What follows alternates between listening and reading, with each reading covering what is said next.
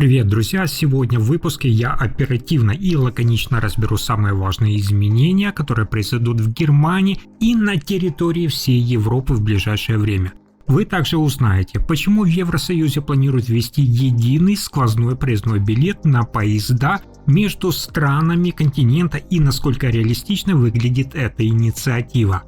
Также мы с вами обсудим ситуацию с нашествием мышей в аэропорту Франкфурта на Майне в Германии и какие санитарные риски теперь вызывают обеспокоенность у жителей Германии. Кроме того, разберемся, зачем государственная почтовая служба Deutsche Post официально меняет полностью свое историческое название.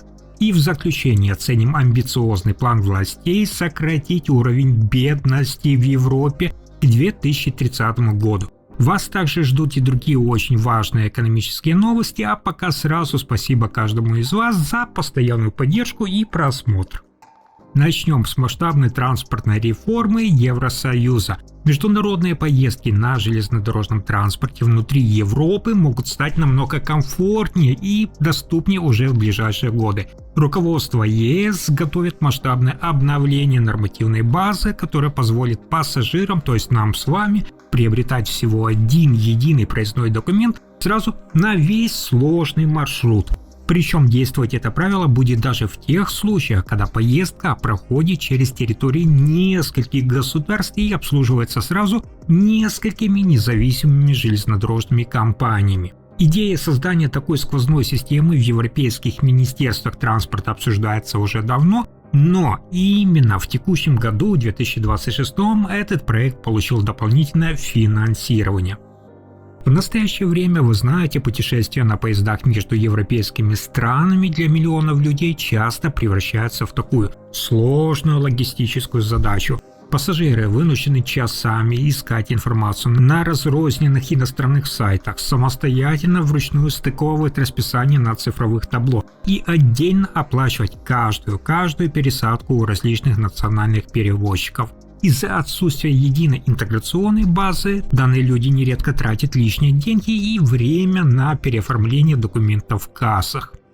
Особенно остро все эти неудобства проявляются именно на протяженных европейских маршрутах. Например, если вы решили доехать на поезде из Берлина в Барселону, вам придется сменить несколько независимых операторов и столкнуться с совершенно разными системами, кстати, бронирования. Главная проблема здесь связана с задержками поездов, которые для европейских железных дорог остаются достаточно частым явлением.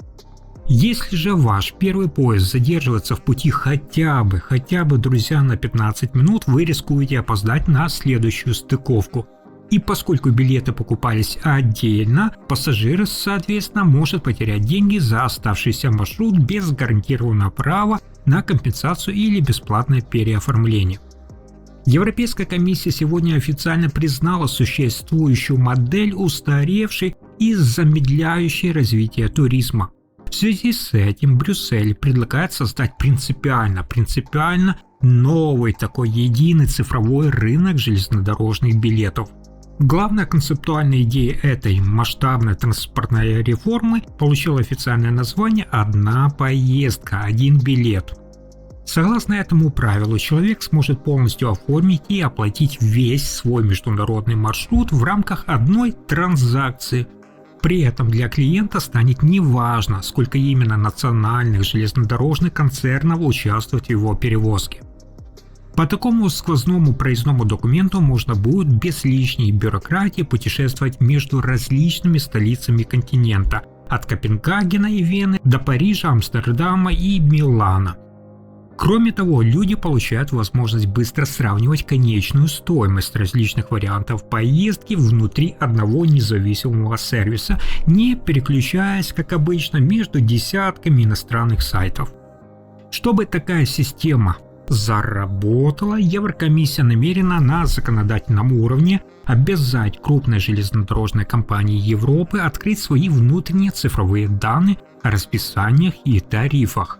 Это, соответственно, позволит сторонним IT-платформам свободно комбинировать, скажем так, маршруты по всей Европе, предлагая пассажирам наиболее удобные и, скажем так, выгодные тоже варианты стыковок с дополнительной защитой в случае серьезных задержек.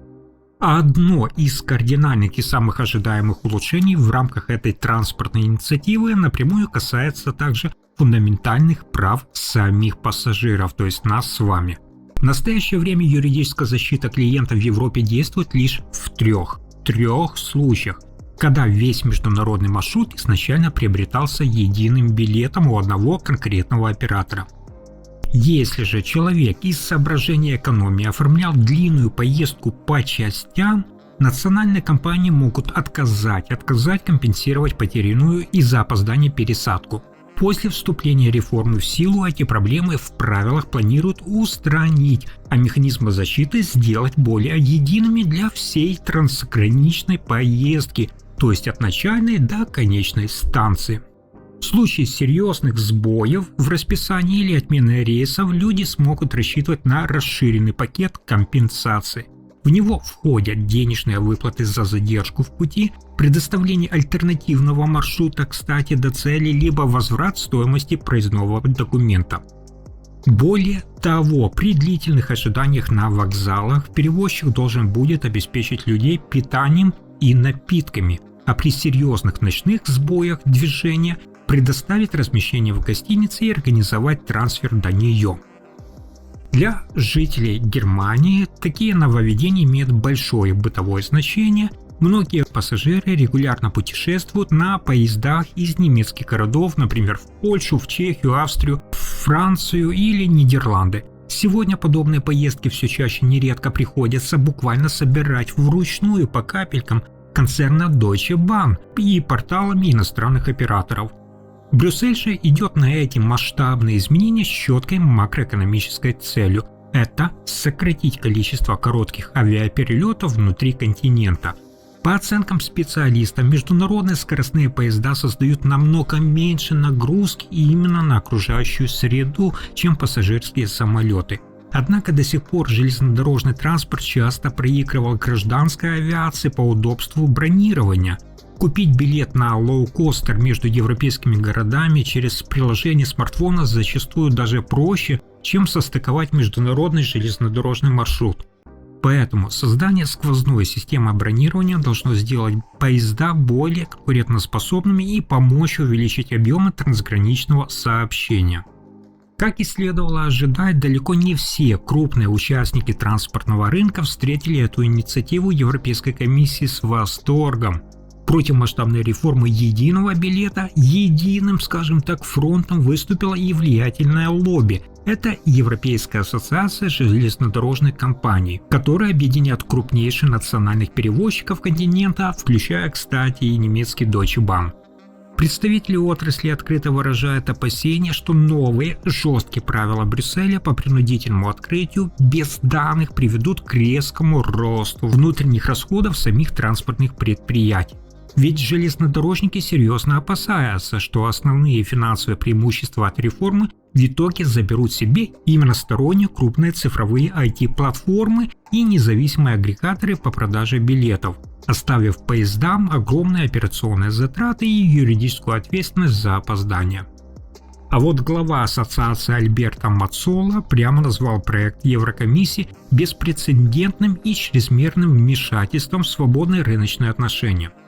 По его твердому убеждению, властям Евросоюза вместо внедрения очередных жестких обязательств для операторов следовало бы направить миллиардные инвестиции в ремонт железнодорожной инфраструктуры, строительство новых скоростных путей и модернизацию вокзалов. С другой же стороны, на стороне реформы активно выступили ведущие международные организации по защите прав потребителей. В частности, влиятельное Европейское бюро союзников потребителей поддержала законопроект. Независимые правозащитники убеждены, что сквозная такая прозрачная система бронирования в один клик станет мощным стимулом, который поможет вернуть интерес миллионов уставших от бюрократии пассажиров к дальним международным поездкам на поездах. Что же касается конкретных сроков реализации этой идеи, то здесь, друзья, не стоит рассчитывать на мгновенное чудо в ближайшие дни. Сначала предложенный пакет законов должен пройти сложную процедуру согласования, получить одобрение депутатов в Европарламенте и пройти ратификацию во всех без исключения странах Евросоюза. По предварительным прагматичным оценкам самих еврокомиссаров, одни только политические дебаты и бумажные согласования в кулуарах Брюсселя займут около 2 лет. И только после подписания финального коммюнике национальным железнодорожным концернам предоставят дополнительное переходное время на полную перестройку их внутренних цифровых систем бронирования. Так что, друзья, если этот масштабный проект в итоге преодолеет сопротивление лоббистов и получит зеленый, скажем так, свет, единый сквозной проездной документ заработает уже ближе к концу текущего десятилетия, став крупным изменением на европейском транспортном рынке за последние полвека. Но, друзья, все эти транспортные реформы и бумажные споры чиновников в Брюсселе моментально отходят на второй план, когда в центре внимания оказывается громкий скандал, который сейчас разворачивается в главном авиаузле Германии. Самый большой аэропорт страны во Франкфурте на Майне прямо сейчас переживает серьезные проблемы с нашествием грызунов. И хотя сейчас руководство аэровокзала активно пытается успокоить публику с заявлениями о том, что ситуацию якобы удалось стабилизировать, а численность вредителей пошла на спад, многие относятся к этим словам с сомнением. Да, часть крупных крысоловок на пассажирских терминалах уже убрали, но в технических зонах, друзья, багажных отделениях и складских ангарах ловушки продолжают стоять в большом количестве. Санитарные службы дежурят там почти круглосуточно, потому что мыши стали серьезной угрозой безопасности. То есть грызуны начали пробираться на летное поле и повреждать важные кабели внутри электроники самолетов, что потенциально может привести к серьезным техническим сбоям и нарушению графика вылетов. На эту санитарную ситуацию уже лично отреагировал и канцлер Фридрих Мерц. Глава правительства Германии заявил, что главные воздушные ворота страны, которые являются, кстати, визитной карточкой Германии для миллионов иностранных туристов и бизнесменов, не должны находиться в подобном состоянии.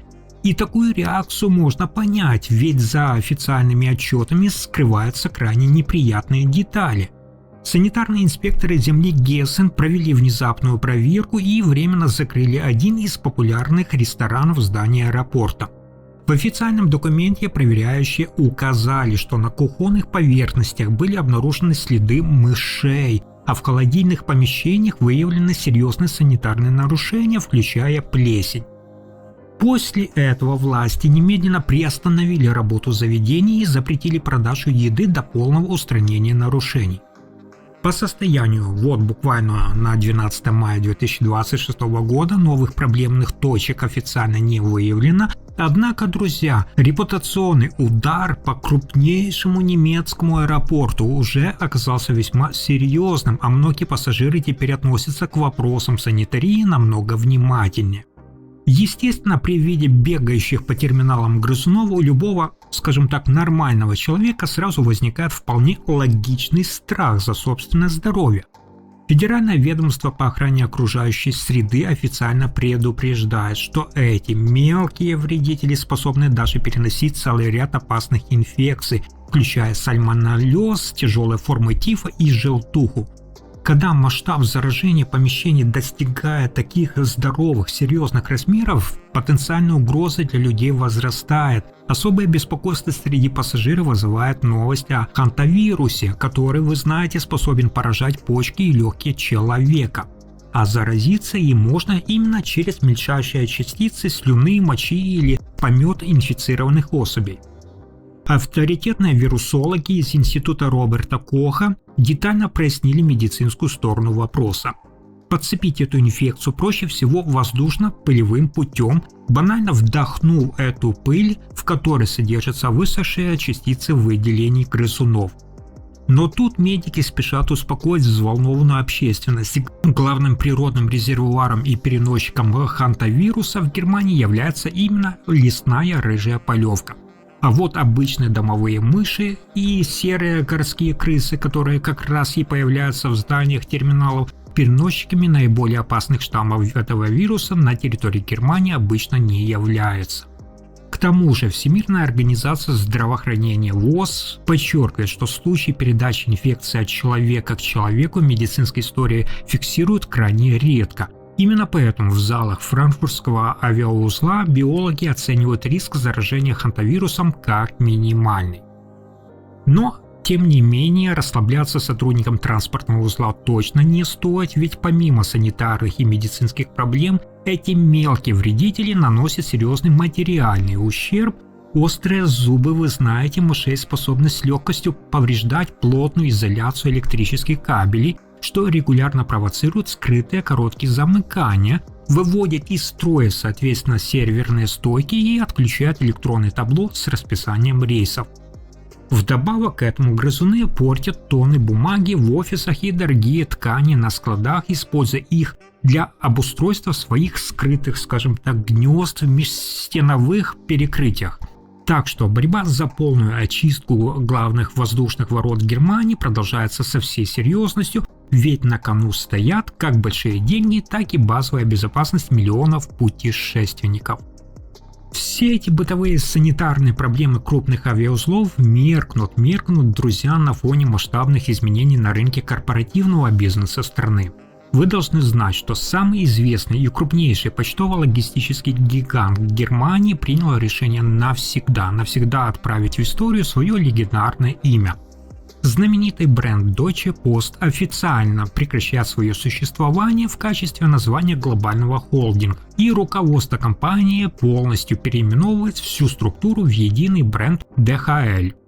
Такое крупное решение было официально утверждено на общем годовом собрании акционеров, которое состоялось в Бонне.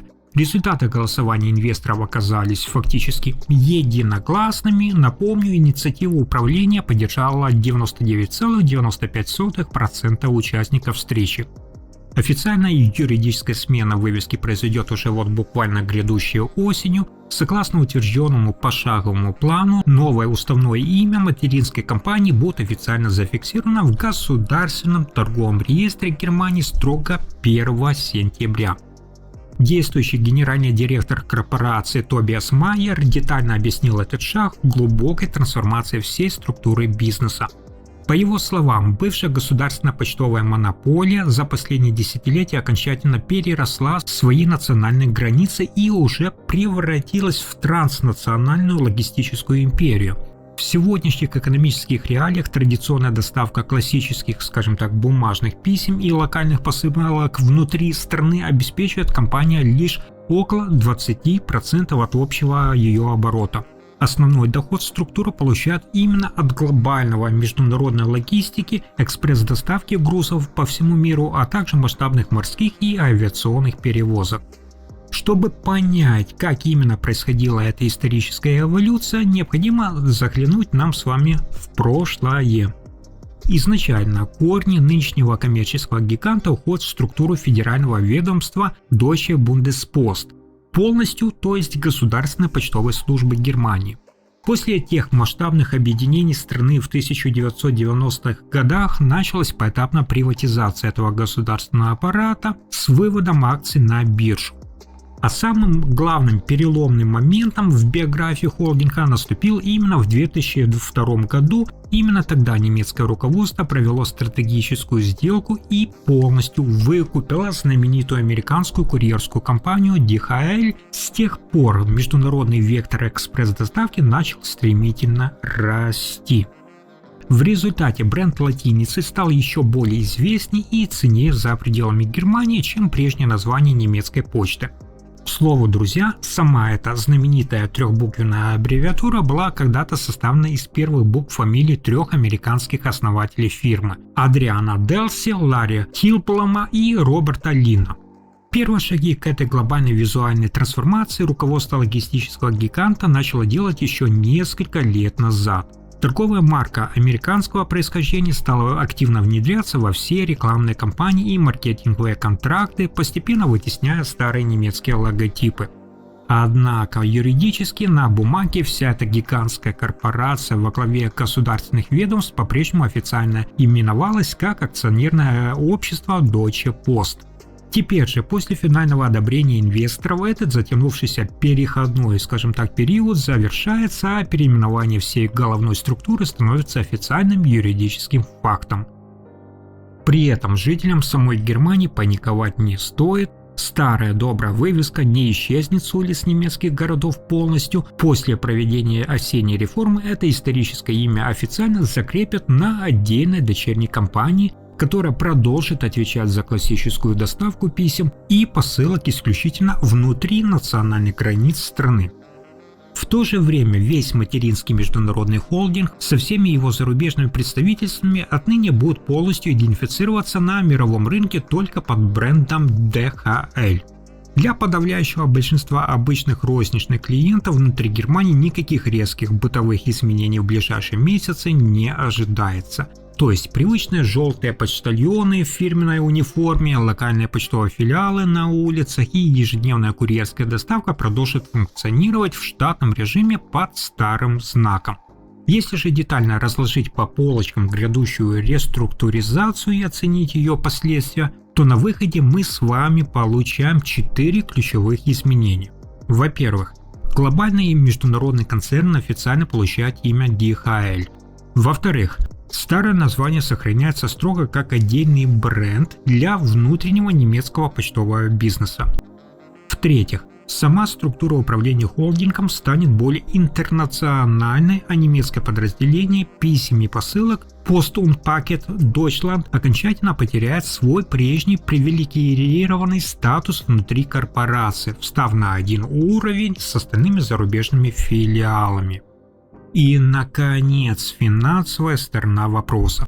По оценкам независимых аудиторов, общие расходы на этот масштабный юридический ребрендинг, переоформление документов и смену вывесок в центральных офисах составят весьма солидные 37 миллионов евро, которые компания планирует полностью покрыть за счет своей операционной прибыли, не повышая при этом, кстати, тарифы на марки для населения. Но на самом деле, друзья, громкая смена вывески и многомиллионные траты на ребрендинг происходят вовсе не от хорошей жизни. Ведь за парадным фасадом скрывается глубокий системный кризис, который традиционная немецкая почтовая служба переживает в последние годы. Главный корень всех финансовых проблем – это стремительное лавинообразное падение объемов пересылки обычных бумажных писем. Жители Германии, частные компании, банки и даже консервативные государственные ведомства на фоне тотальной цифровизации все активнее отказываются от бумажного документооборота и массово переходят на электронную коммуникацию.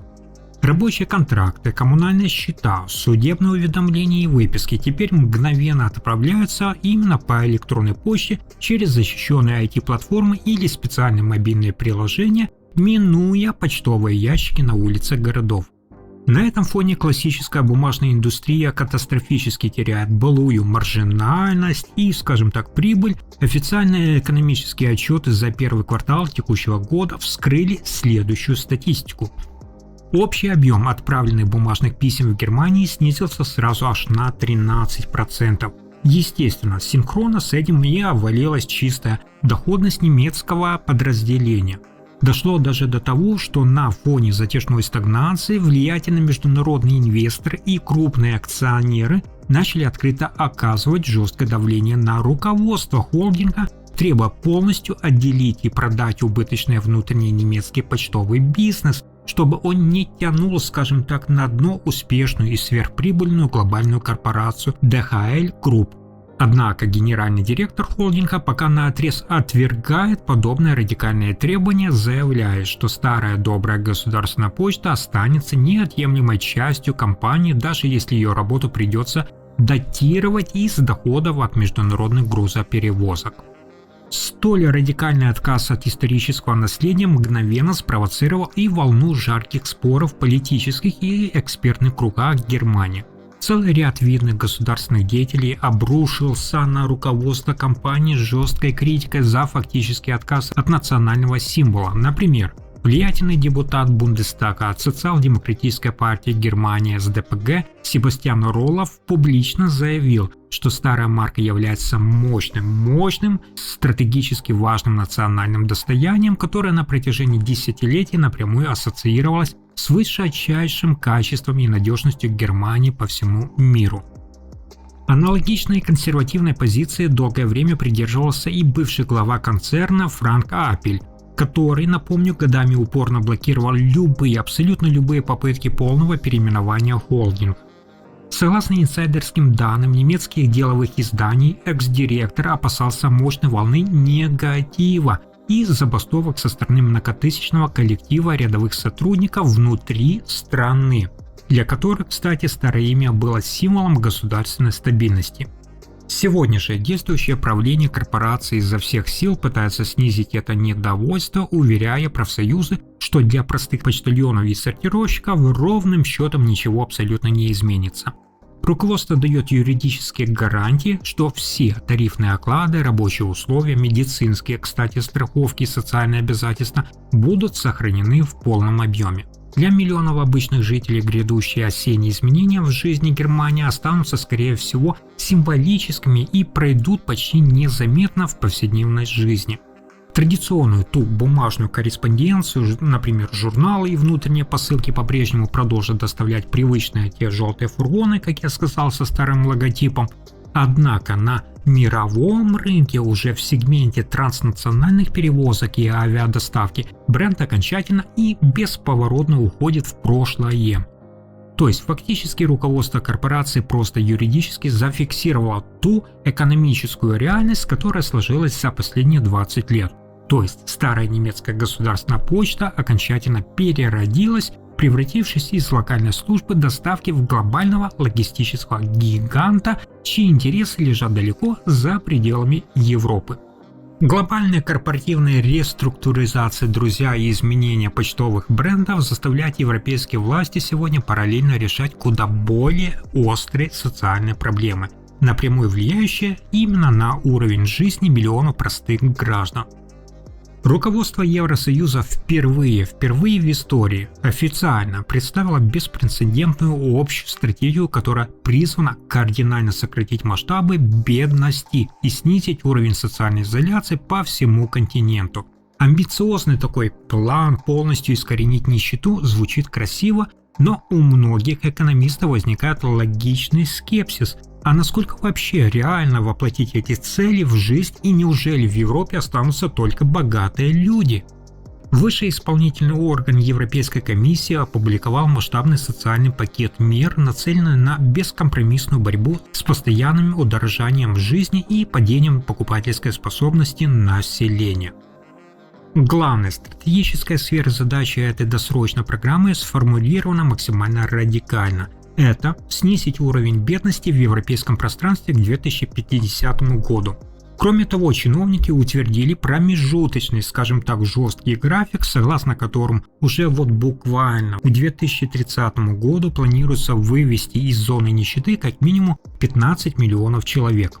Особый акцент сделан на защите подрастающего поколения, то есть в эту цифру официально включены и 5 миллионов детей. Этот монументальный документ лично представила в Брюсселе вице-президент Еврокомиссии Роксолана Минзату. По словам европейских комиссаров, текущая экономическая обстановка на континенте зашла в тупик и требует немедленных, скажем так, точечных решений со стороны институтов ЕС. Причина такой спешки до банальности проста. Счета за жилье, вы видите сами, цены на базовые продукты питания в супермаркетах и тарифы на электроэнергию продолжают безостановочно расти во всех государствах ЕС, включая и Германию. Для жителей Германии эта социальная повестка сегодня имеет колоссальное первостепенное значение. В последние годы сотни тысяч семей в немецких городах на собственном опыте ощутили резкий рост коммунальных платежей за отопление, высокую стоимость аренды квартир и постоянное удорожание продуктовой корзины, что и вынуждает людей жестко экономить на самом необходимом. Такие масштабные аналогичные отчеты, которые легли на стол сегодня брюссельских чиновников, наглядно демонстрируют, почему высшее руководство Евросоюза считает текущую ситуацию критической. По официальным базам данных Еврокомиссии, почти 93 миллиона жителей Европы на сегодняшний день находятся под прямой угрозой бедности или социальной изоляции. Если мы с вами переведем эту цифру в проценты, получается шокирующий макроэкономический результат. То есть более 20% населения Евросоюза балансируют на грани выживания. Особенно остро эта проблема затрагивает подрастающее поколение. Статистика показывает, что сейчас каждый 4-й ребенок в Европе воспитывается в семье, чей бюджет рискует в любой момент опуститься ниже черты официальной бедности. На этом фоне влиятельное политическое объединение социал-демократов в Европарламенте, Прогрессивный альянс социалистов и демократов СНД выступило с резким и бескомпромиссным заявлением. Партийные лидеры подчеркнули, что обещания и министерские декларации в Брюсселе больше не работают. По их убеждению, Евросоюзу сегодня требуются не бумажные какие-либо отчеты, а именно немедленные многомиллиардные инвестиции и точечные решения со стороны институтов ЕС. Заместитель председателя фракции Габи Бишов отметила, что рост стоимости жизни уже нанес колоссальный урон миллионам европейских семей, у которых не остается свободных средств после оплаты самых базовых жизненно необходимых расходов. Если же детально проанализировать структуру именно этого кризиса, то быстрее всего в бюджетах домохозяйств дорожают 4 ключевые позиции. Первое – ежемесячная аренда жилья. Второе – счета за отопление и электроэнергию. Третье – продукты питания первой необходимости. И четвертое – медицинские услуги. Для жителей Германии проблема аренды недвижимости, вы знаете, я вам рассказывал, давно превратилась в одну из самых болезненных социальных проблем. В таких, например, крупных мегаполисах, как Берлин, Гамбург, Франкфурт или тот же Мюнхен, цены на квадратные метры продолжают расти, игнорируя любые бравурные доклады экономистов о замедлении инфляции в стране. То есть пожилые люди, одинокие родители и молодые специалисты все чаще оказываются вытеснены рынком на окраины из-за высоких цен.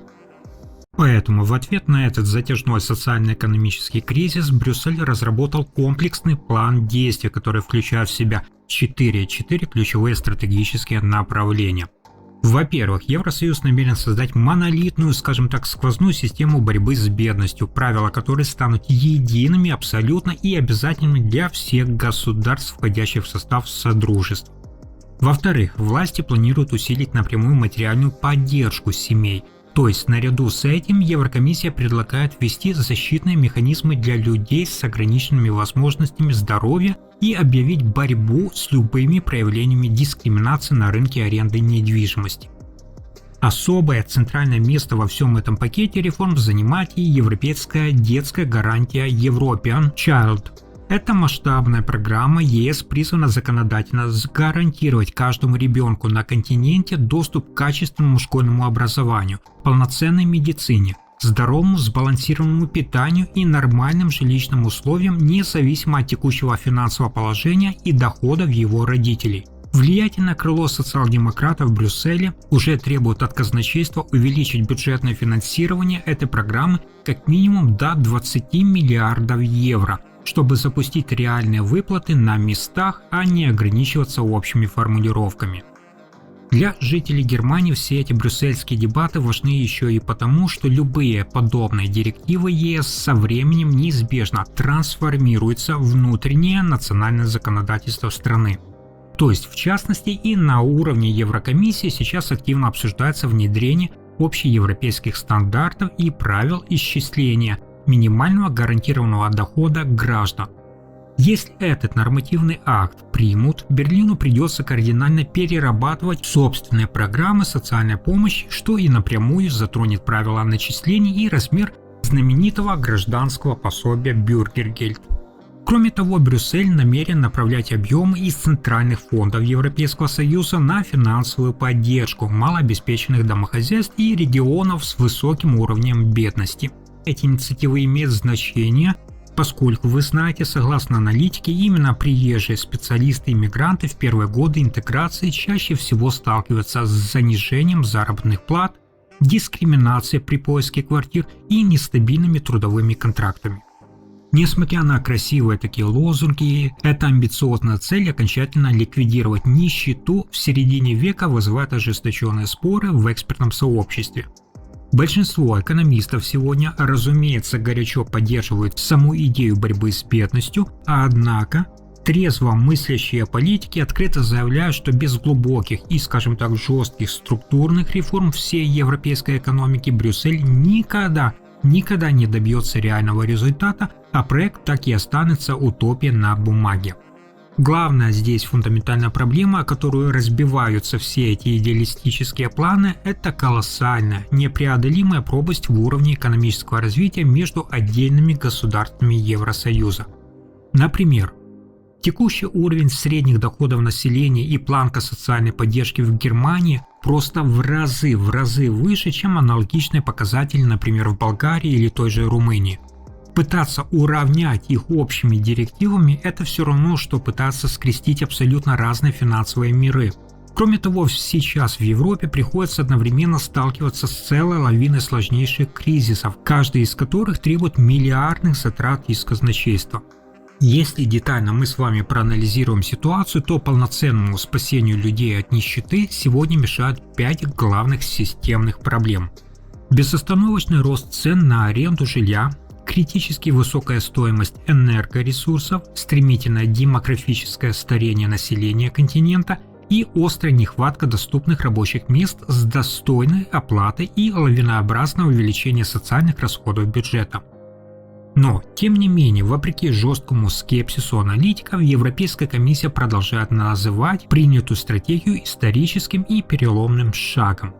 Впервые на официальном, наднациональном, скажем так, уровне Брюссель зафиксировал четкий дедлайн и поставил перед собой юридическую сверхзадачу полностью искоренить бедность на континенте к 2050 году. Друзья, на сегодня это все самые важные и актуальные новости Германии и Европы. Завтра я снова буду ждать вас здесь же, на нашем канале, со свежей порцией честной и глубокой аналитики. Если вам понравился сегодняшний подробный выпуск, обязательно подписывайтесь, ставьте лайк и огромное спасибо за просмотр этого видео до самого конца.